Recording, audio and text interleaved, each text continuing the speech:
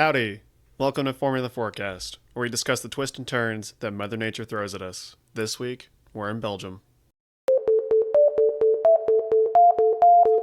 Towards Vale now. Who's going to be last on the brakes? Leclerc has that inside line. Through goes Hamilton. Unbelievable stuff.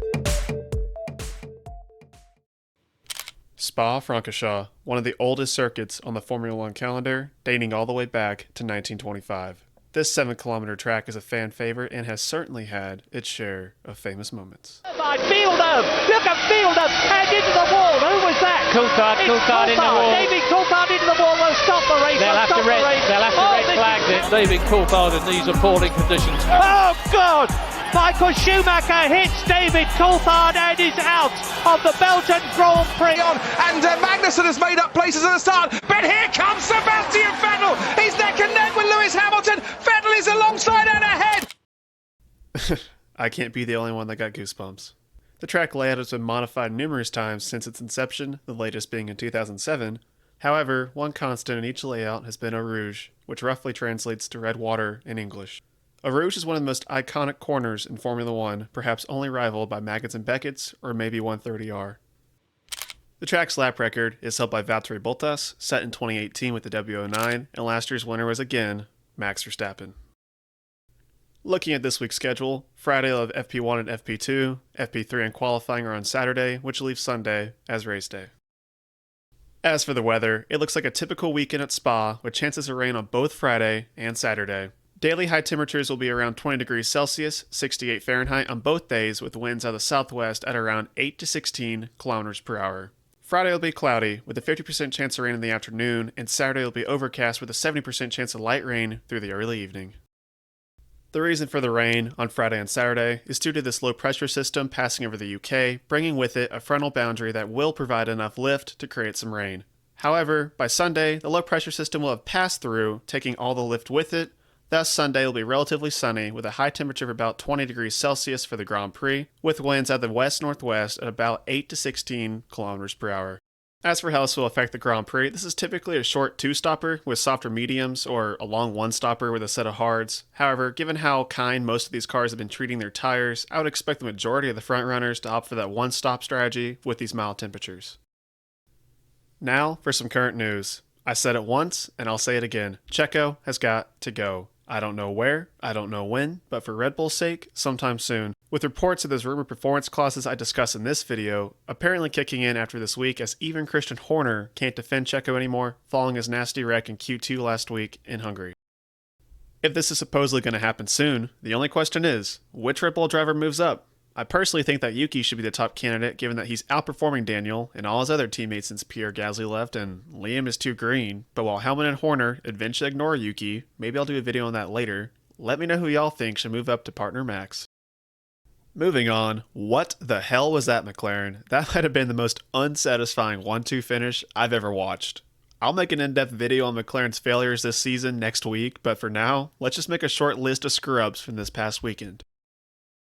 Pitting Lando first to cover off Lewis for the undercut put both drivers in an awkward position, with Lando very reluctantly having to hand the position back to Oscar after McLaren waited to pit him. In doing so, they basically took all the thrill and enjoyment out of Oscar's first win and put tension between their star drivers.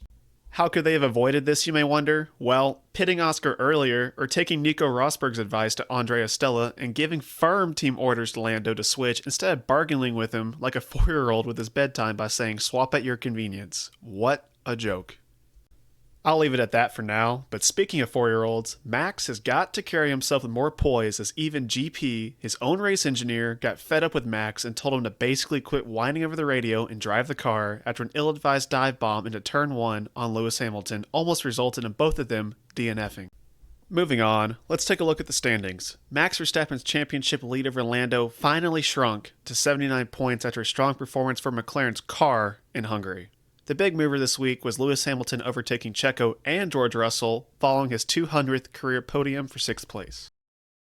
As for the constructor standings, Red Bull's lead also shrunk as Checo and Max struggled this weekend, with McLaren jumping Ferrari for 2nd place. That gap currently sits at 51 points, and while I'm skeptical about a driver's fight, even if Checo was swapped out, the constructor's fight should be interesting.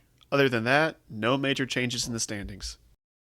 Lastly, Haas decided to let go of Kevin Magnussen, which isn't very surprising. What is surprising, though, is that they seem likely to sign Ocon for 2025, and that's interesting because they apparently want him to mentor Ollie Behrman, but he's not exactly known for being a nurturing type. If Haas wanted a mentor, they should have grabbed Valtteri Bottas from Sauber, as Bottas has done a terrific job as a mentor to Zhou Guanyu. However, it seems that he's currently in talks with Williams to replace Logan Sargent for 2025.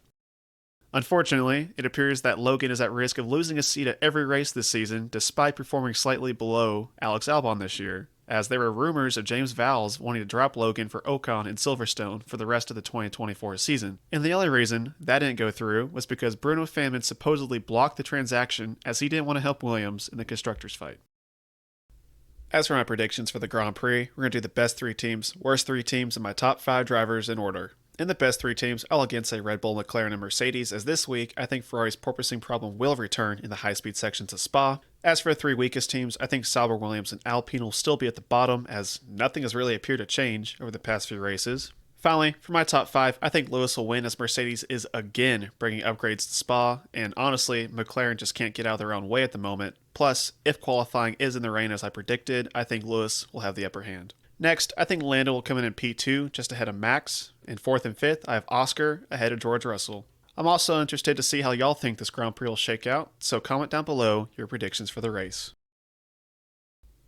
I'd like to thank you for watching. If you enjoyed the video, please leave a like and subscribe as it lets me know I'm doing a good job, and I'll still see you each week with videos throughout the summer break.